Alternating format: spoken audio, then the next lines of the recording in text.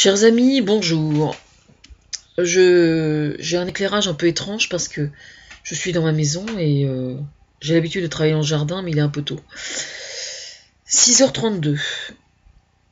Aujourd'hui, François Hollande reçoit une délégation de 19 ministres de l'extérieur des pays les plus puissants au monde pour faire une mise au point sur ce qui se passe en Irak.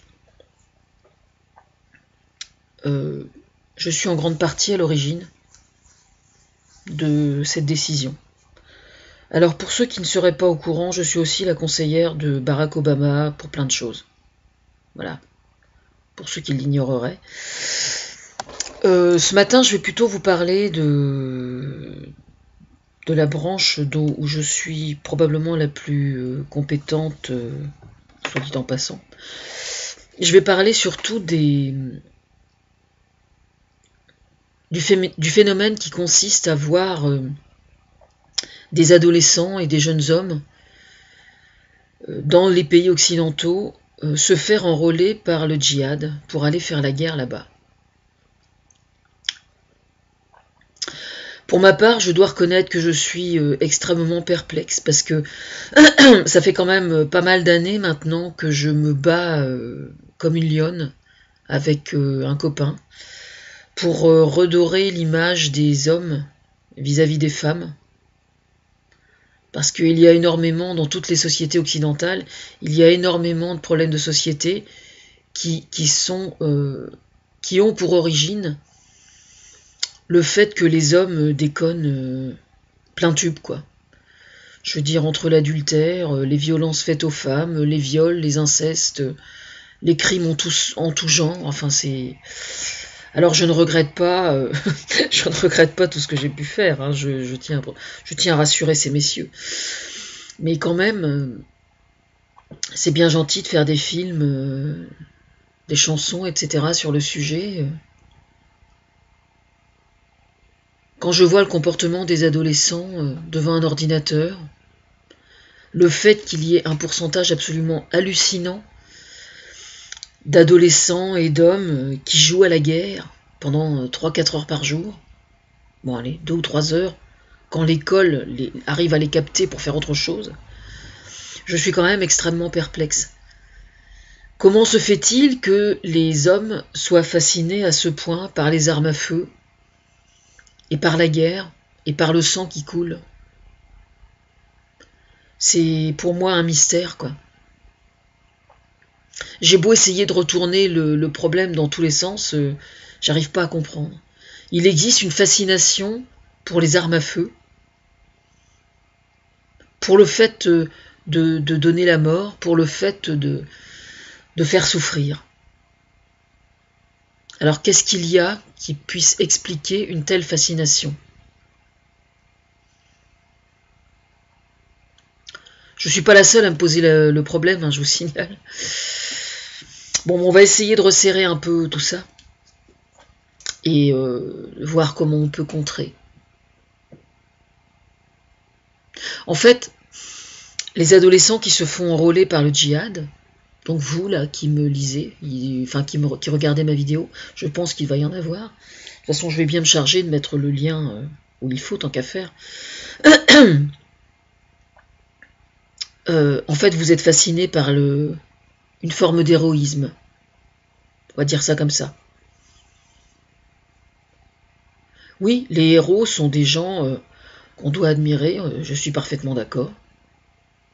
Mais qu'est-ce que c'est que l'héroïsme véritable? Franchement.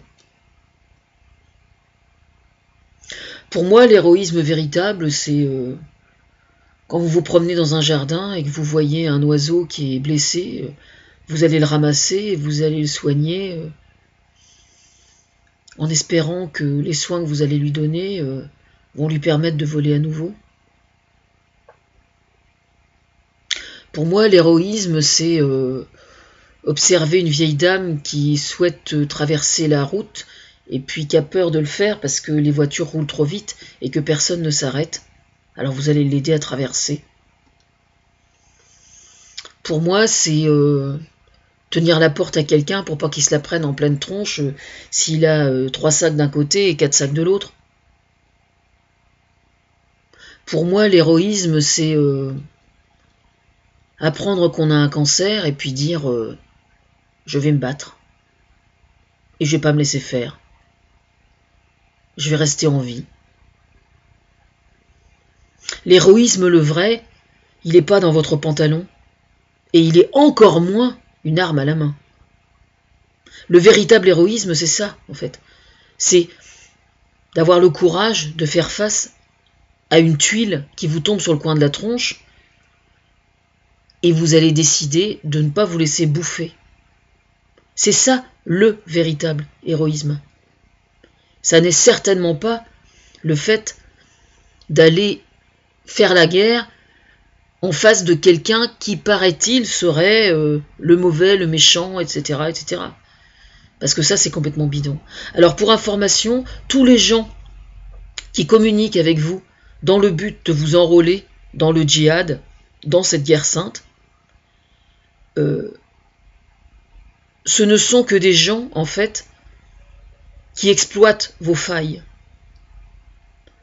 C'est-à-dire qu'en fait, ils se nourrissent de vos interrogations sur la finalité de votre vie, sur le but de votre existence.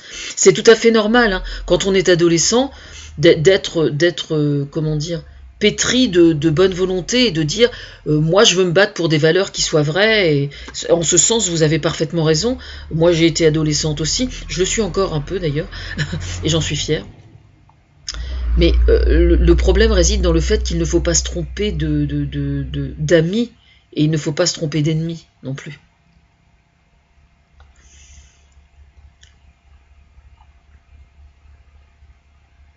Moi, je voudrais que partout sur la Terre, une femme, quand elle met au monde son bébé, le fasse en toute sécurité. Que si elle sort dans la rue pour aller acheter à manger, elle soit sereine. Même s'il n'y a pas de fleurs, même s'il n'y a pas un environnement extraordinaire, qu'au moins elle se sente en sécurité. Alors la femme dont je vous parle, c'est la fille que vous aurez peut-être un jour. C'est la sœur, votre petite sœur peut-être, votre grande sœur. C'est votre mère, votre tante, votre grand-mère. Alors vous me direz, et les hommes dans tout ça? Eh bien les hommes, en principe, en théorie, sont censés précisément veiller sur leurs femmes, leurs filles, etc., etc. Veiller, ça veut dire quoi? Ça veut pas dire avoir un flingue à la main. Ah bah non, on est en 2014, là, on est en 2014, il n'y a pas besoin d'un flingue pour assurer la sécurité des gens qu'on aime. Il n'y a pas besoin d'un flingue. Dans un pays normal, il y a une police, il y a des institutions. Pour faire quelque chose, moi je considère que quand on est adolescent et qu'on a envie de faire quelque chose de bien de sa vie, il y a toutes les structures humanitaires qui sont là, toutes les associations, la Croix-Rouge, enfin, dans les pays occidentaux, ça foisonne, quoi. Je veux dire, c'est pas le choix qui manque, franchement. Vous pouvez même vous désintéresser des humains et dire je ne m'occupe que des animaux, par exemple. Je connais des gens, moi, qui ne font que ça de toute leur existence et ils sont parfaitement équilibrés et ils ont une vie tout à fait normale avec leurs voisins. Ils aiment bien leurs voisins, mais simplement, ils ont choisi de s'occuper plus des animaux. C'est tout à fait recevable. Moi, j'ai rien contre ça. Ce que je veux dire par là, c'est que quand on a envie de faire quelque chose de bien de sa vie, la dernière des choses, c'est vraiment de s'adresser à ces gens-là. En plus, il faut savoir que tous les gens qui recrutent pour le djihad, en fait, ce ne sont que des escrocs. Parce que les seuls trucs qui les intéressent, c'est le pognon. D'ailleurs, pour information, je vous signale qu'il y avait eu, je ne sais plus comment il s'appelle, ce chef autoproclamé du djihad, je me souviens même plus de son nom, parce que c'est des gens qui à mon avis ne présentent absolument, enfin pour moi personnellement, compte tenu des objectifs que je me suis fixé moi dans ma vie, ces gens-là n'ont pas à être connus parce qu'ils ont rien, quoi. Ce sont des animaux, en fait, ce sont des animaux avec un flingue, quoi.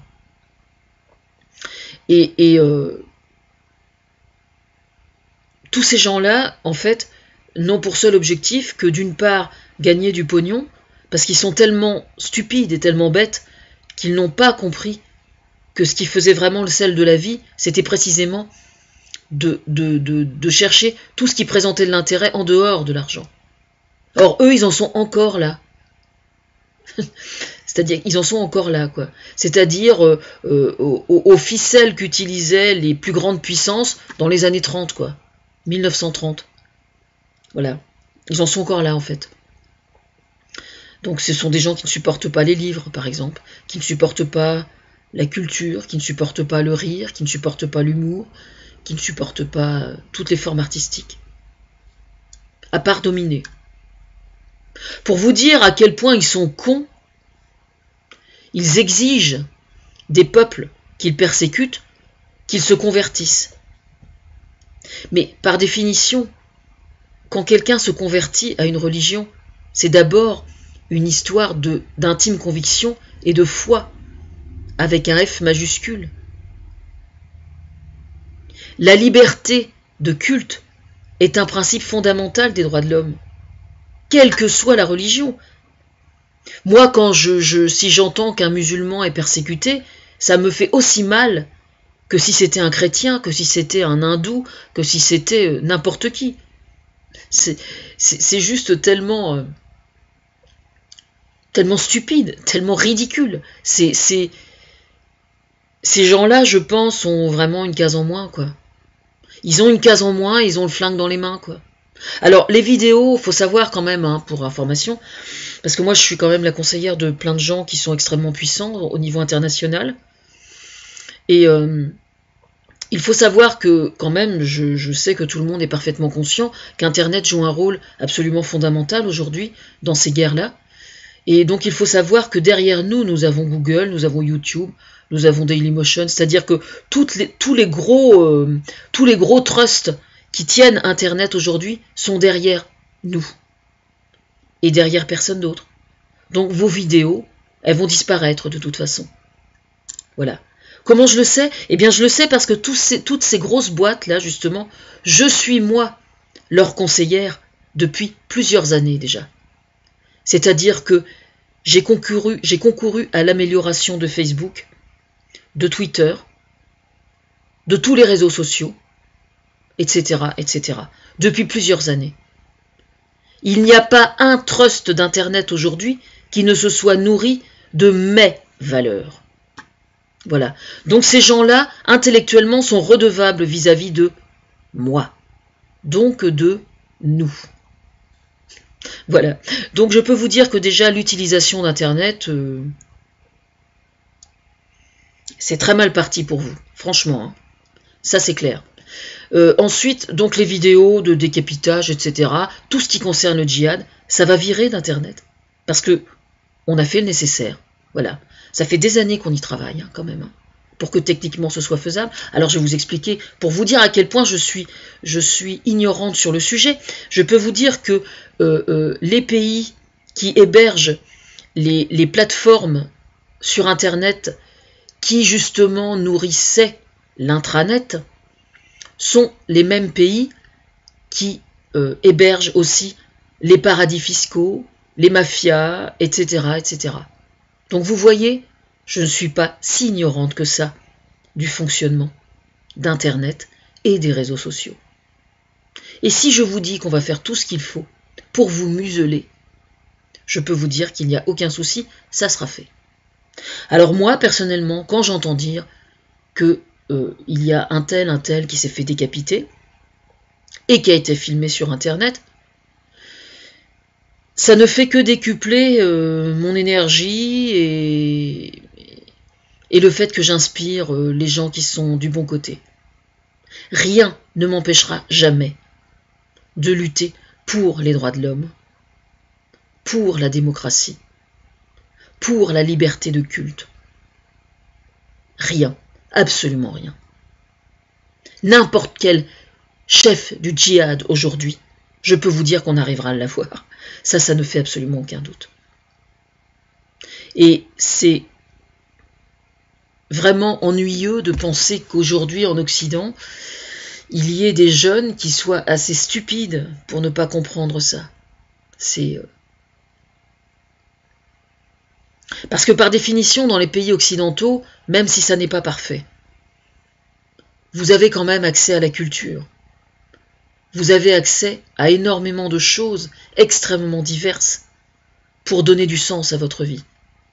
C'est ça que je n'arrive pas à comprendre. C'est que vous avez un choix considérable pour donner un sens à votre vie, vous qui êtes adolescent, et au lieu de ça,